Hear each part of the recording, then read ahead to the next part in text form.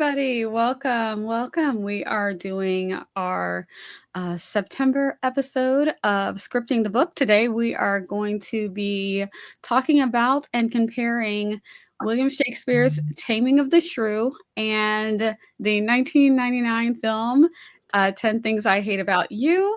I'm going to let my fabulous book club friends and co-hosts introduce themselves. Started with Natalie, and we'll swing it around.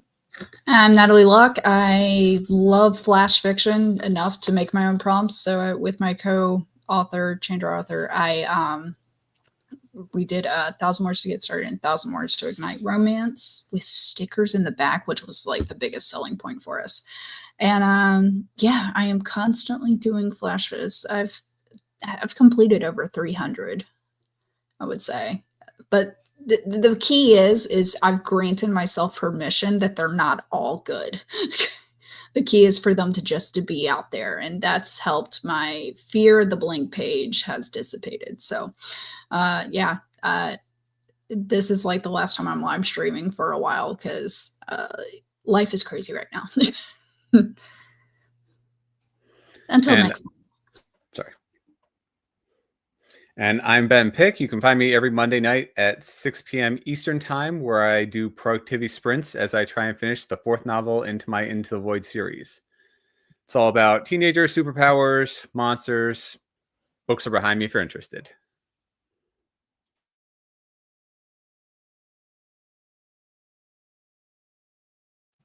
There we go. I was muted. Here on my channel, I'm Nia, the Vixen of Fiction, all over the internet. I stream here on YouTube on Tuesday nights with productivity sprints, and you can catch me starting in the end of October. I will be back over on Twitch, so that's always a lot of fun. We'll be doing productivity, and we'll be doing some of those. Am I the A-holes? I love those. If you guys know me, I'm addicted to them. I do them.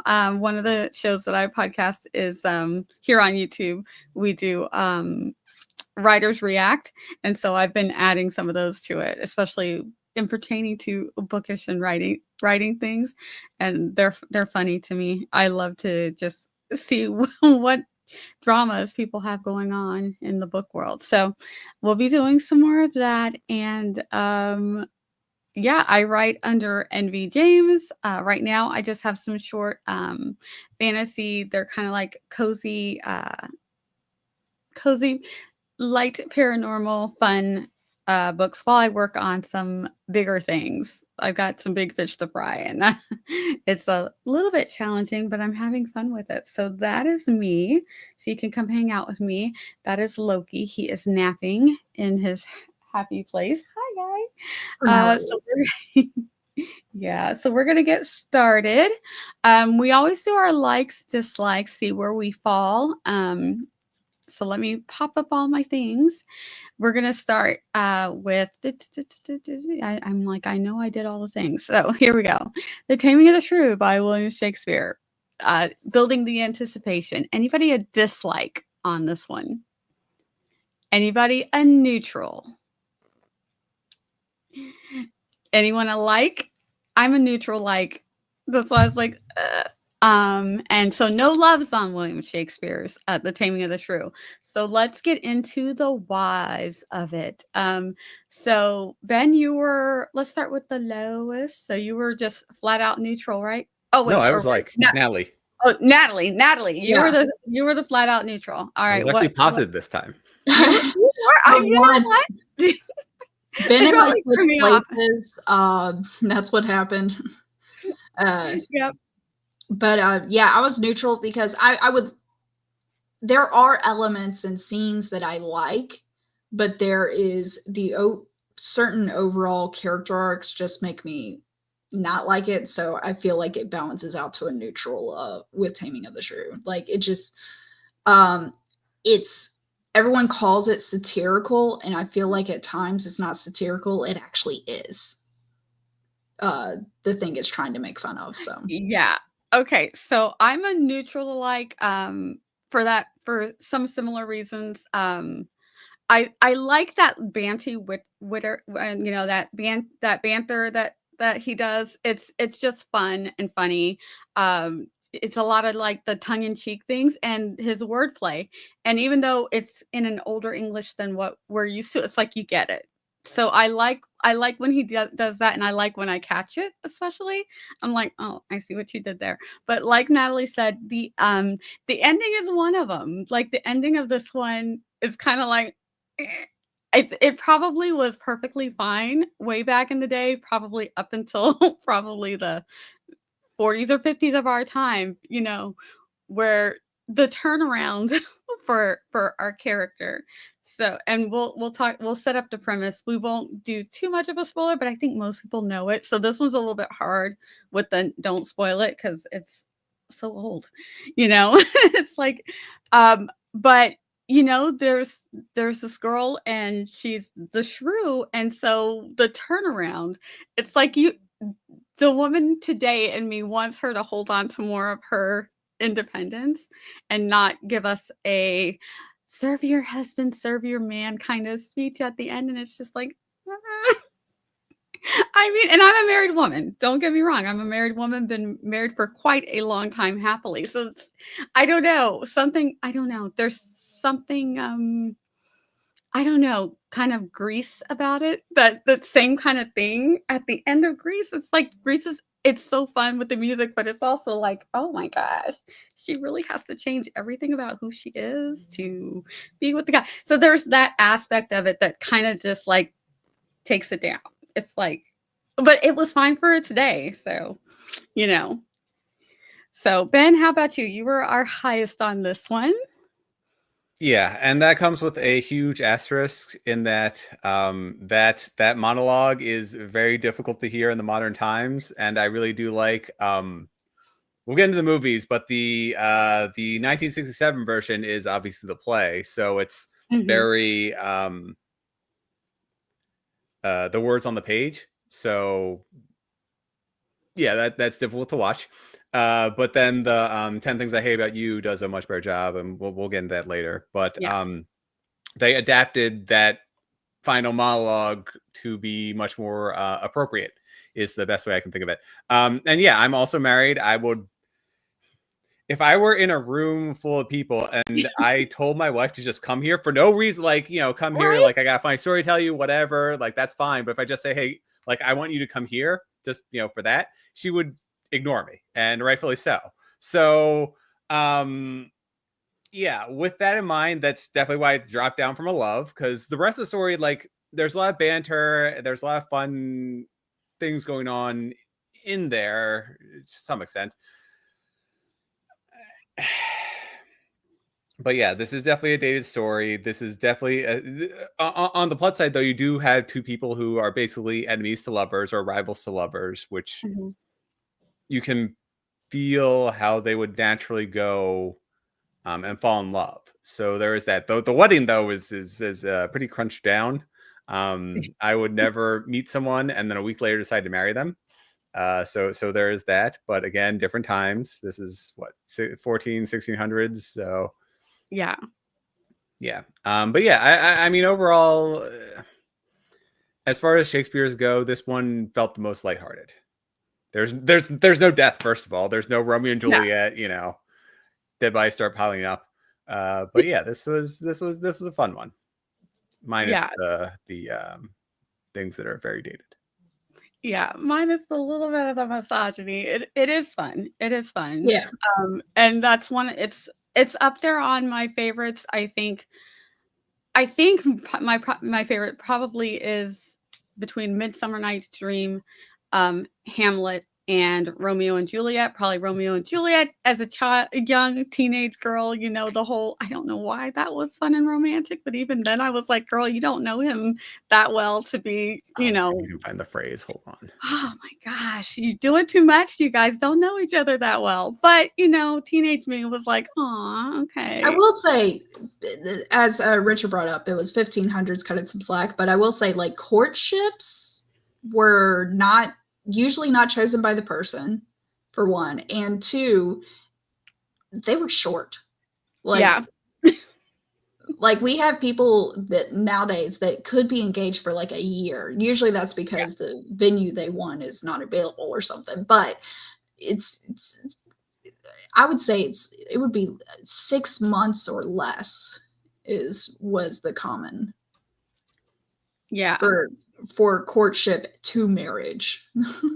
Yeah, so a lot of it is us putting our modern time skew on things. That's why I think that for its time, this was probably like the kind of like comedic rom-com kind of thing. This was the show to go see. So I could totally see that. I could totally get it. And we'll get into and it was a lot more risque than I expected. Like, yeah. Oh my gosh. I was not expecting that at all. I'll leave it at that. But yeah, it was the what I don't want to call it toilet humor, but the adult humor. There we go. Yes. And really quick, I want to do a shout out. Hi, Sid. I haven't seen her in forever. So when I do get to see her, I'm like, hi. Big shout out. Thank you for coming. Yes, miss you, friend. Okay. She's one of my book buddies. We used to buddy read quite a bit together. So I just wanted to shout that out. Let's see. What do we... Okay, we'll set up a little bit of the premise. It is that there's a lot of subterfuge, especially in the beginning. So don't get confused. It's a little bit of it's a lot of people pretending to be so and so to get a lot of trickery done. So we have two sisters, one who thinks she's in love and wants to date somebody or marry. Oh my gosh, don't let me get 10 things I hate about you confused. Wants to marry and fall in love, but the dad is like, not until the older sister gets married first, and she is a wild one. And if it sets this up where, so if the younger sister wants to get with somebody, these guys, she's hot, the guys like her. So all these guys are trying to like come up with a plan to get the older sister, married or taken care of, so that one of them could date the younger sister, Bianca, that everybody just thinks she's all that. So another rom-com. So that's pretty much the premise. So there's a lot of trickery going on. And I think William Shakespeare has a lot of fun with this. And I can imagine seeing this as a play that's just a lot of fun. Go ahead. The play, like playing a different character, they don't change themselves enough so that the audience sees, oh, it's that person. But exactly. Then the characters pretend, who are you? I don't know. I can't recognize you at all. Like it's just very, it's very humorous. So it's a very fun way of bringing all of these comedic pieces together. Anybody else have any thoughts on how Shakespeare brought that all out before we move on? Pretty much this play just really highlighted his banter, because before that it was like soliloquies and yes, but having two characters back and forth, like it is the epitome of showing and not telling. Oh yeah, and I thought that I'll give credit where it's due on that. All right, let's we're going to dive a little bit more into this, but that's our best spoiler-free version of The Taming of the Shrew for anybody who wants to kind of just dive in and read it kind of like fresh. Recommend it, guys? Mm-hmm. I would. I think it's worthy to see the source material and stuff, especially at least for the banter, the original banter. Yeah, not something that I'm running back to read again and again, but enjoyable enough.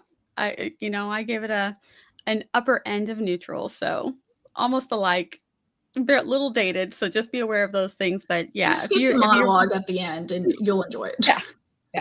Yeah. If you want to dive into Shakespeare, this is a good one to do that with, I think. All right, so now let's get into 10 things I hate about you. Anybody a dislike? A neutral? A like? Like love? Is that a like love? And I love it. Natalie, love it. All right. So let's start with Natalie. No, we did Natalie last time. Ben, we'll start with you this time.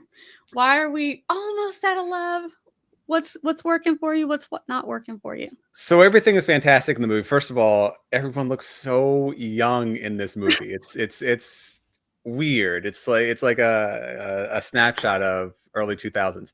But the same things that brought down the play itself brought down the movie for me, where it's, hey, you know, I'm going to pay you to go date this girl or whatever. Like that whole concept just kind of felt a little weird for me. And well, we can get this between the comparisons between the movie and the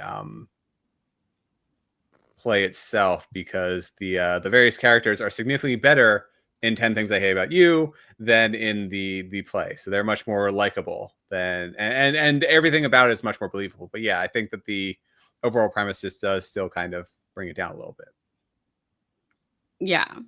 So I would say we do still have that premise. The daughters want to date. One's a senior, one's a sophomore, I think, or a junior and a sophomore. And I know Bianca's a sophomore. I just forget what. Yeah, I know she's a sophomore because that's really made apparent. It's the older sister. I'm like, I think she might be a junior, but she could be a senior. So it's, I would say senior because she is looking to get into college. That's true. And the dad did put in yeah, never mind. Did she get accepted? Was she accepted? That's already? The exception is early in the movie. Okay. All right. So we're gonna lean with you as a senior. I know some juniors do get accepted, you know, and you know, she's very smart too. But we're gonna say she's a senior. And the younger daughter, who again, everybody likes the younger daughter, can't date until the older sister dates. So that's initially the rule was they couldn't date until they graduated. Right. But the father was like, you know what, new rule, and then did that switcheroo. Yeah, because he knows his daughter. She's a handful, and he's like, yeah, I'm not worried. He's not really worried about it. But yeah, it's that same premise. So I love it. It has a lot of nostalgia for me. I think I was in my early 20s watching this, and so it was very cute. Heath Ledger, of course, you know, love him. And this is one of my early introductions to Julia Stiles. I know she did a couple other things, but I think I saw her in this first before I saw her in the dance one. What was the dance one? This movie came out before Save the Last Dance. Okay, that's what I thought. I wasn't sure if they came out that way or if it's just the way that I saw it. And I thought, oh, she's delightful. She's funny. We're going to get into some of the spoilers, but before we get into spoilers, overall, I guess since we're all like in the love, this movie holds its own without the Shakespeare part. Yes. I would say it's a repeatable experience. Like, yeah. Worthy of repeat, and that's usually what puts me to love on a lot of things. Yeah, if this one comes on, I'm watching. You know what I mean? One of those, if you're flipping through and you see it, it's gonna probably get a watch. So let's go ahead, and that ends our spoiler free. All we did was talk about the premise of it. Let's go ahead and we can dive into what we thought of the casting and all of that stuff. I think we mentioned, or I mentioned that this is my introduction to Julia Stiles. Liked it a lot. Heath Ledger, the weepiness of thinking that we lost someone, so he was really good actor. He does this iconic scene where he sings "It's just too you're just too good to be true" on the bleachers, and he's running from the school security. That was actually him singing too. Yes, and stand out, and you'll never forget it when you see it. So it had these really great moments, and I think Ben mentioned it. Watching it was literally like stepping back in time to see Joseph Gordon-Levitt and Gabrielle Union and Julia Stiles and all these people when they were younger. Andrew Keegan, what's his name? Daryl Mitchell. Seeing these actors now that you see in movies and shows, and they're like our age, I guess, but we forget how young they were. Oh my gosh, they were like the baby faces. So it's I would say some of that love does come from the nostalgia of it for me. But it does hold its own, but it is still that enemies to lover, and it's a little, there's some things that are, if that feel dated too, with the language. You They were better. They were better at a lot of things by 1999, but not as bad as Clueless. But there were still some things that you're like, oh, we maybe wouldn't say that today, but not quite as bad. But you're not going to get past that that kind of weirdness of you're going to pay someone to date a girl to and trickery. But with with rom-coms, I think that's kind of what it kind of comes with the territory. You gotta have something to suspend your disbelief for, I feel like. So that you can get sucked into this world, and in a world where paying someone to date someone else, fine. Because then we can at least tell ourselves it won't happen. Yeah. Anybody Even though technically with dowries, there was always someone getting paid for marriage and such. I'm just saying historically. Either way, right. Ben, you got comments?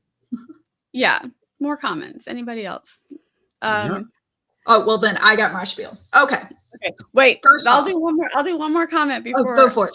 Yeah, let me do one more comment. Some of the language also doesn't feel realistic for teenagers. I think that they get the right characters to use the right words. You get because they're pulling a little bit of the Shakespeare dialogue, which is a little odd. Like, teenagers don't talk like that. But I think that the characters that did it the most, it kind of like works. And knowing the source material, you kind of like, again, that suspension of disbelief, you kind of just let it go. And it's all like the nods. You got to have the nods to Shakespeare. So you'll have Julia Stiles' character or Heath Ledger's character, and I think it was the character of Michael David. I can't think of his last name, but the character of Michael, because he was also very smart, but he's more Michael like Eckman. Yeah. Yes. Thank you. David Krumholtz. I made sure to pull up IMDb because it's hard for me to keep track of all the people that's what I should probably do that way, because I'm like, they do the names. There were a lot in the cast. But so they use the right characters to pull off those kind of like Shakespearean lines, because you would think that if a character was going to talk like that, it would be him or it would be her during a particular scene, even though it's still a little bit over the top, but you kind of just like roll with it. So it worked. Yeah. And sorry, I do want to say one thing. So since we're doing full spoilers, the original play, the monologue at the end basically amounts to like, summarizing it is, obey your husband because he works hard. Like, that's kind of the gist of that monologue at the end that the main character Kat gives. And for 10 Things I Hate About You, it's significantly better. It's, I recognize that you lied to me. I recognize, like, fundamentally our relationship was built on problems, but we moved past it, and like, you're actually a good person and I really do like you. Like, that updated version of that last monologue is significantly better than the original Shakespeare version, which again is controversial, but wouldn't have been controversial 500 years ago. So, right. But and it works because we actively see, they did this really well. We actively see areas where any other teenage boy might act a little weird or just blow her off, but we see Patrick Verona actually taking care of her when he doesn't need to. He gets her out of bad situations, makes sure she's okay, and he's genuinely nice to her above and beyond what he's only being paid to take her on a date. He is actually being very nice to her and taking care of her, even when she's not really taking care of herself. So we believe it when we get to the end and she's like, okay, you are not this, because they're both painted as these two kids are out there. Like, everybody in the high school, they've got the most outrageous kind of like mythos behind who they are, the things that they've done, where they've come from. And it's a little bit true maybe for Kat. And even the teachers are like, just go to the office. Yeah, you're just going to the office. Parkies now. Yep. Just go. Oh, and she's a trip. I love her as a character. I'm like, so relate. You're like literally thinking of story ideas and people are trying to talk to you. And you're just like, yeah, oh, could I use that in my story? So I thought Miss Perky was hilarious. So yeah, and any other thoughts? And then we'll get into Natalie. Natalie's got some fun stuff for us. I always do. So yes. All right, go for it, ma'am. Sweet, my turn. All right. So first off, casting. Gabrielle Union was the oldest cast member at 26. I need her skincare routine. Holy moly. She was able to hold her own. Like the Bianca's character, who I recognize her from Secret World of Alex Mack. But she was 19. Heath Ledger was 18.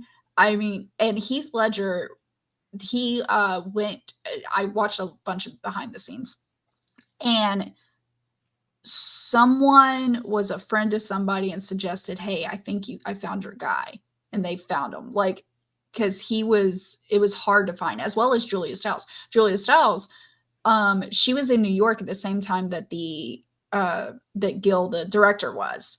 And his assistant or something was like, hey, I think I found the girl. The thing is that she's in New York. Can you meet with her, like, while you're there? And with the way Julia Stiles, like, after knocking on the door, the way she carried herself and just her style, immediately, the director said in his mind, if she can speak English, she's got the part. Like, that was his, like, just her presence was enough. Nice. Larry Miller as a father was hilarious. The quotes of, and hell is just a sauna, like, just right up there. But then he was known as a comedian, and they were wondering if he could do the serious talk at the end of, like, fathers don't like to see their kid, like, it's a tough day for fathers to admit when their kids don't need them anymore. And the beautiful analogy of, Bianca at least lets me play a few innings, but I've been a spectator in your game for a while. And now that you're going to Sarah Lawrence, I'm not even going to be able to watch the game. That writing was just so beautiful. And that's something that if William Shakespeare lived today, I feel like he would have analogies like that, and just this flow. And the two not authors, the screenplay writers, they had the title 10 Things I Hate About You. They thought the network was not going to take it. But what it started is that one of the screenwriters, she actually wrote in high school a 10 Things I Hate About Jared, or whatever her current boyfriend was at the time. And so they held on to that. And that person, who's actually apparently an award-winning published poetry person, she wrote 9 of the 10 things. And then the other person added like 1 in there. I did count it out. There is, when it says I hate, she says I hate blah, blah, blah 10 times. But each time she says I hate, she kind of lists like 2 or 3 things. Oh, so technically it's more than 10 things, but she says I hate 10 times. The 11th I hate is that the feeling of I don't hate. That's in that. And the thing I hate the most is that I don't hate and everything. So I thought that was beautiful, but that it started from this woman's own high school experience. The bands that Kat was going to listen to, they were actually hunting for them for a while. They wanted the obscure, the unknown, and the bands that are featured in the film are actual, I would call them ska bands because they got trumpets and stuff, but they're actual ska bands that were a part of it. And so the soundtrack was beautiful, especially because like one of the first songs, I don't give a darn about my reputation. I forget who sings it. I want to say Garbage, but it could be Joan Jett or some. But just as Patrick said, angry chick music. No, I will say when he said girls that can't play their instruments, I was like, he better change his character. Yep. It could be any person. Yeah. I will say, so Miss Perky, she actually had a few scenes cut, and the director had his own scenes as well, where he was like a English teacher, but I guess that it transferred to Mr. Morgan more so, who's played by Daryl Mitchell, which it's funny. Technically, Miss Perky and Mr. Morgan, I love them, but Terrible. they would not survive school. Like, because Mr. Morgan straight up telling Joey, you're going to get slapped in the face and I'm not going to stop it. It's like someone would get like canceled so quick in that. We were just in a different culture and stuff, but having these two characters that can be straightforward and everything was just beautiful. Miss Perky, some of the scenes that was cut with her, she was actually having a session with Bianca and Kat, where eventually it's like she unfolded a history of her own, where she looked at Kat and said, just beat her up. And that was her advice as a professional, was to go ahead and just like deck your sister. And so you kind of think, are like, does she have a sister that she growing up and everything? And then for anybody who doesn't know, the end credits, the last like blooper scene is where Kat and Bianca are walking down a hallway. Mm-hmm. That scene was actually not supposed to be in there at all. They thought they were supposed to be serious, and it was Miss Perky and the director pretending to make out and everything that they were caught. But I will say, if you want another modernization, I found a 2005 BBC version with, and I'm just going to name the characters as I know them, with Moaning Myrtle as the shrew, and with, oh God, I remember the guy from Bless the Child. He was a lead guy, but he's been in a whole bunch of things. Either way, he played Petruchio fabulously. Other factors. So the director was worried about this movie being compared to Clueless. And I will say, with Bianca's kind of airheadedness at times, I got vibes without that depth that that Cher brings and everything. Even though we do see Bianca grow and be considerate and take others' feelings into account and finally get there, at the beginning, it's just that airheadedness. I was like, oh, she doesn't know what she doesn't know. But we get that with Bianca and Chastity also. She's talks about the backpack, like her Prada bag. I love my Prada backpack. Well, I love my Skechers. Yeah, but that's because you don't have Prada. Or I know you can be overwhelmed and I know you can be underwhelmed, but can you just be whelmed? I mean, right? That was a logical question in my opinion. That was. If you're talking about the evolution of the language, like seriously, how can we have that? So next thing is the director, they cut scenes. Wait, where was I headed with this? I just got a few more facts, I swear. He didn't want to be compared to Clueless. So they were going to just film the outside scenes in Seattle and then do the rest of the filming like indoors.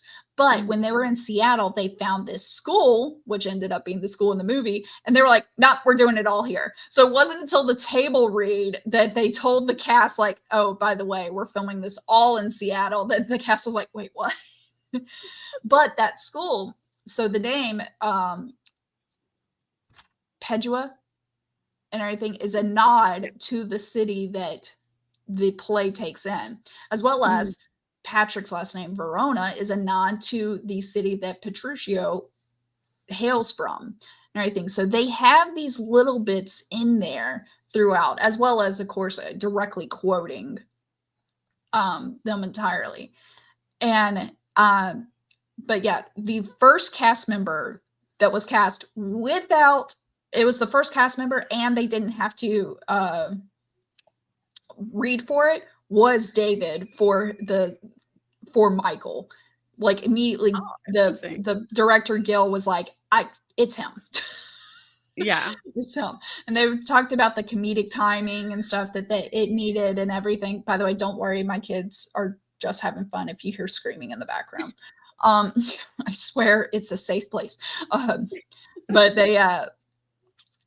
yeah, it was, they actually, you could tell through the bloopers as well as the behind the scenes that I ended up watching how much, am I going to have to talk to them?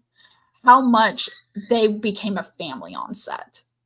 And they really did. And it was even funny because in the interviews, we got Miss Perky and the director talking about, man, I hope I never work with that person. Like both of them are just deadpan talking about how each other are like the worst ever and like don't know their lane. And it was hilarious.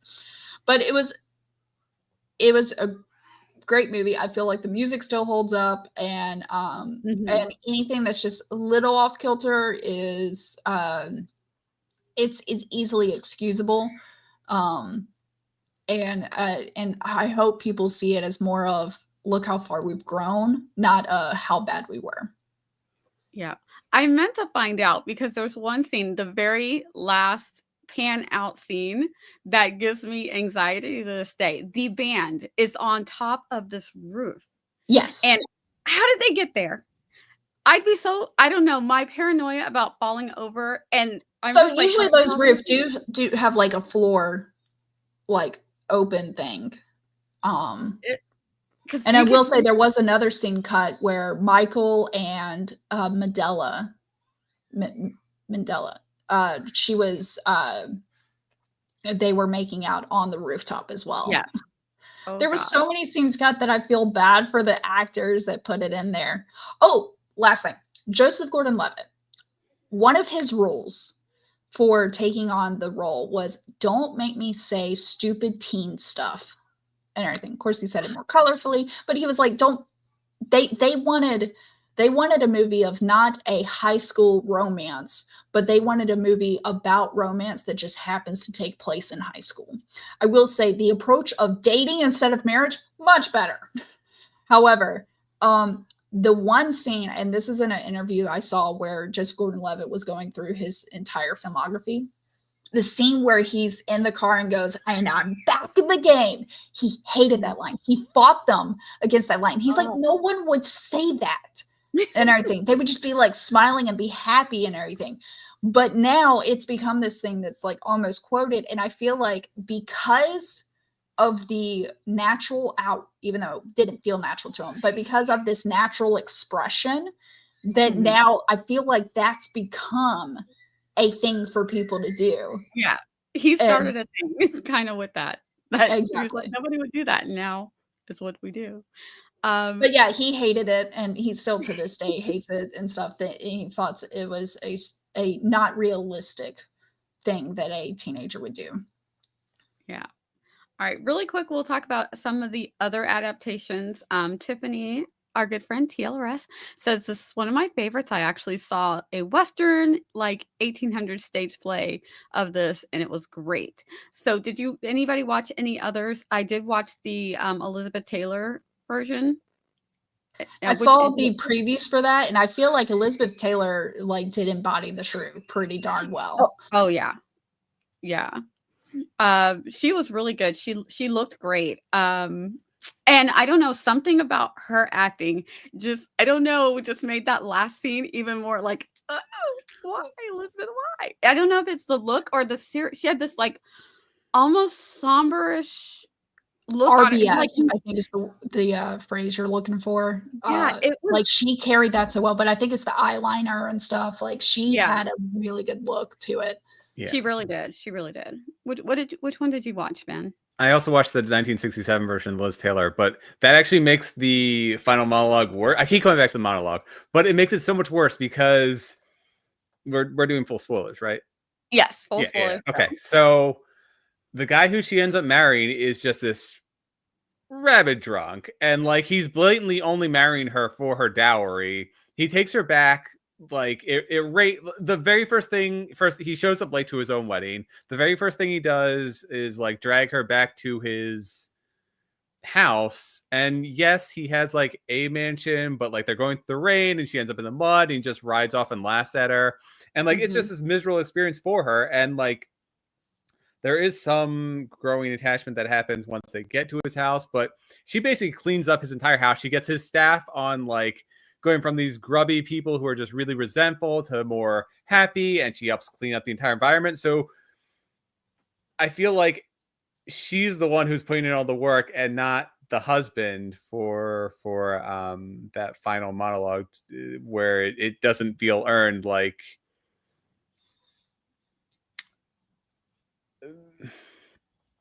how she's conveying it, where, you know, oh, the guy is so wonderful, like the husband's so wonderful and they're putting in all this work, so, you know, the least we can do is do what they say. But like she's the one who was putting in all the work and in all those scenes. So and for the most part, all he did was just kind of be a stick in the mud and like observe.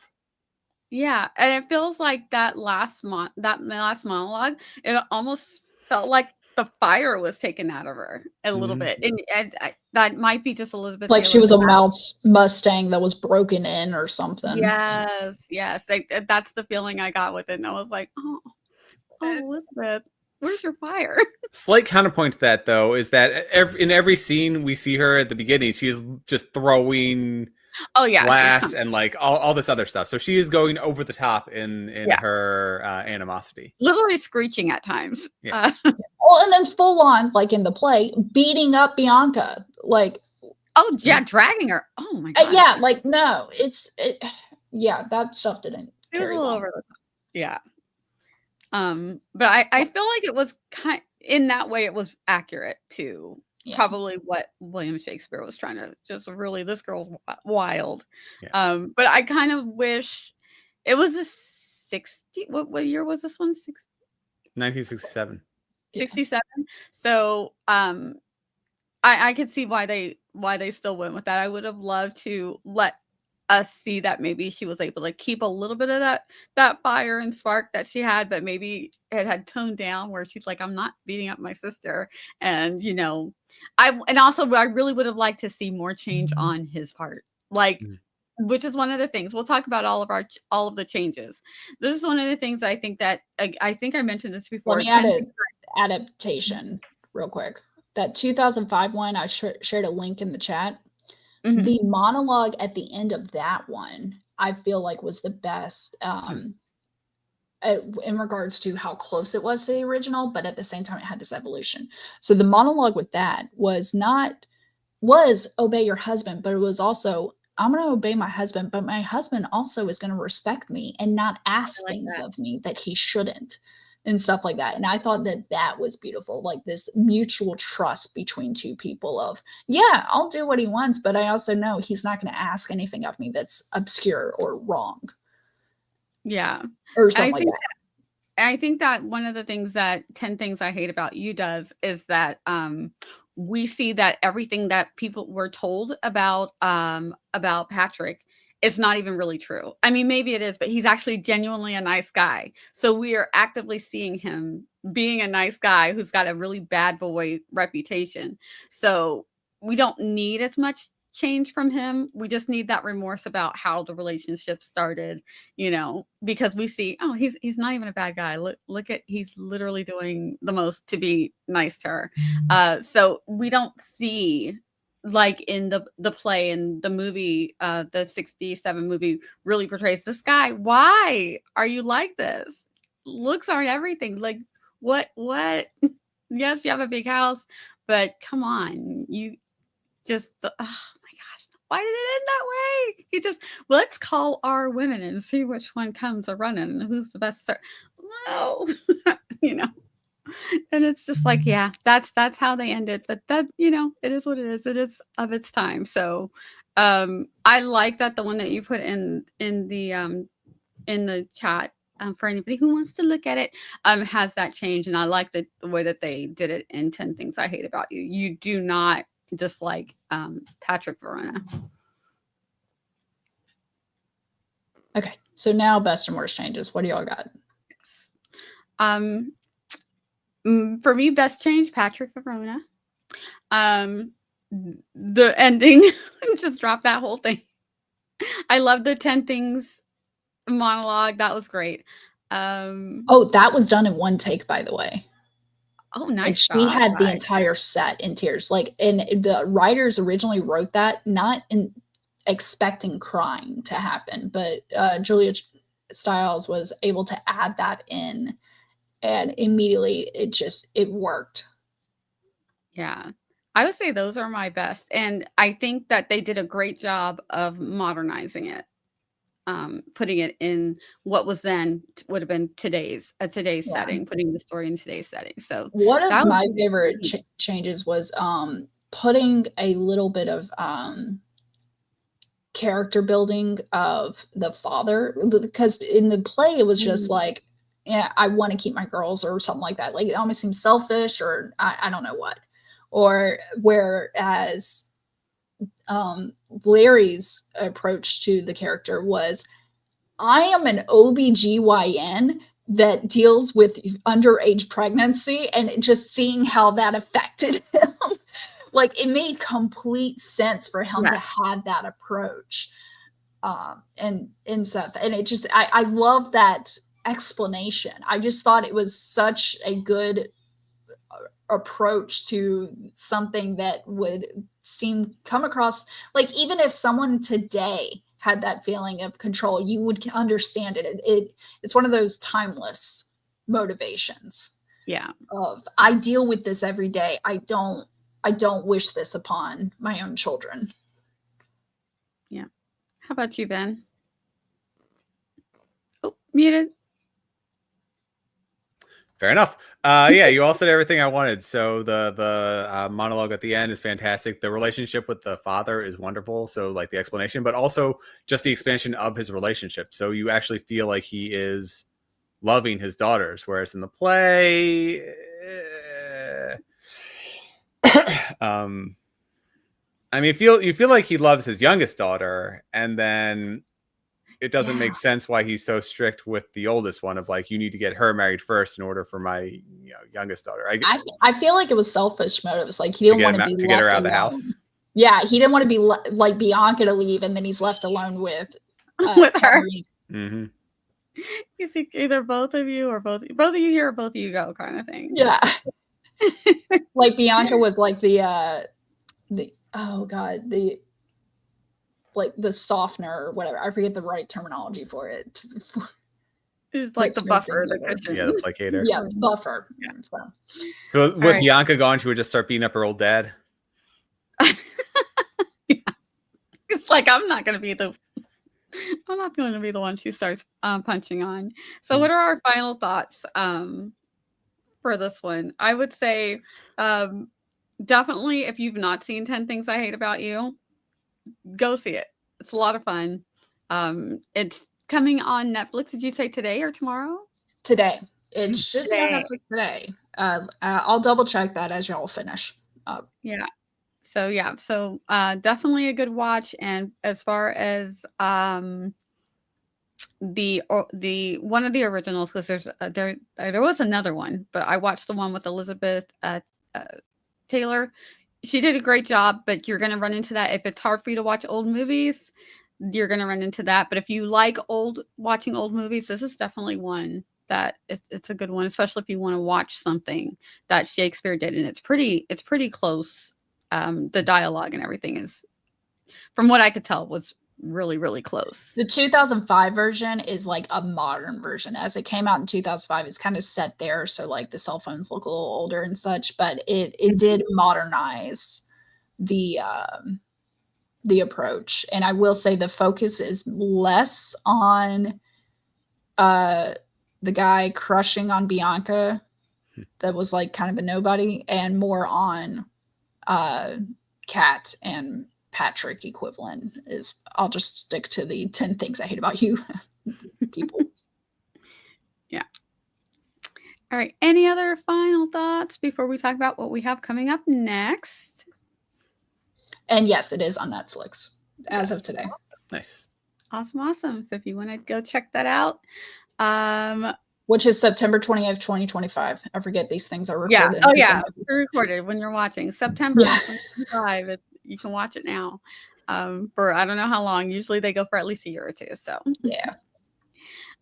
So coming up in October, we are going to be reading and watching The Witches.